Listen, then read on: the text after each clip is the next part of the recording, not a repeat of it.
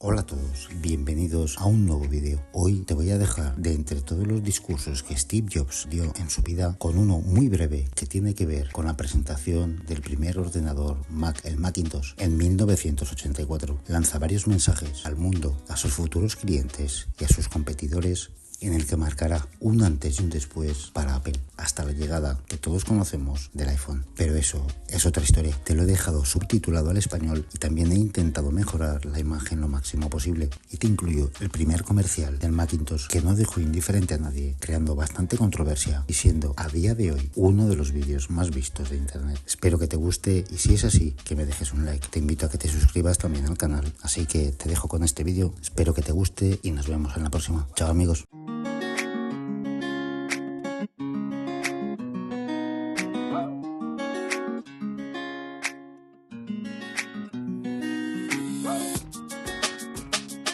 Hi, I'm Steve Jobs.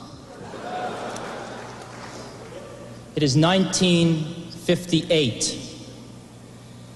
IBM passes up the chance to buy a young fledgling company that has invented a new technology called xerography.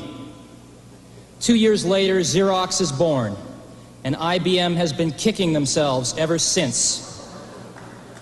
It is 10 years later, the late 60s. Digital Equipment, DEC, and others invent the mini-computer. IBM dismisses the mini-computer as too small to do serious computing, and therefore unimportant to their business. DEC grows to become a multi-hundred-million-dollar corporation before IBM finally enters the mini-computer market. It is now 10 years later, the late 70s. In 1977, Apple, a young, fledgling company on the West Coast, invents the Apple II, the first personal computer as we know it today. IBM dismisses the personal computer as too small to do serious computing and unimportant to their business. The early 80s, 81.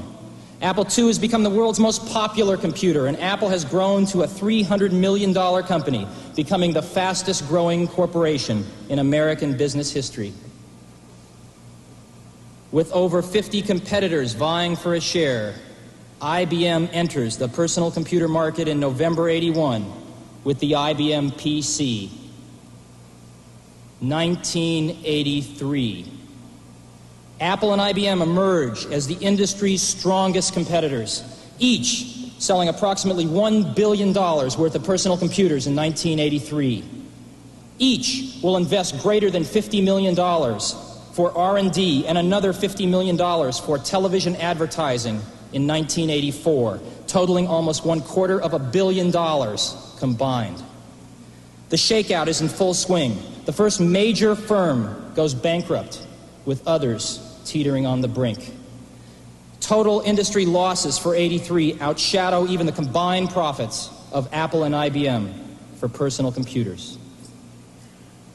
It is now 1984. It appears IBM wants it all. Apple is perceived to be the only hope to offer IBM a run for its money. Dealers, initially welcoming IBM with open arms, now fear an IBM-dominated and controlled future. They are increasingly and desperately turning back to Apple as the only force that can ensure their future freedom.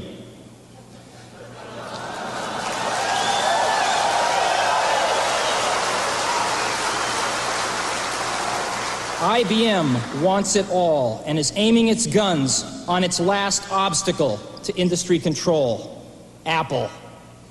Will Big Blue dominate the entire computer industry? The entire information age? Was George Orwell right about 1984?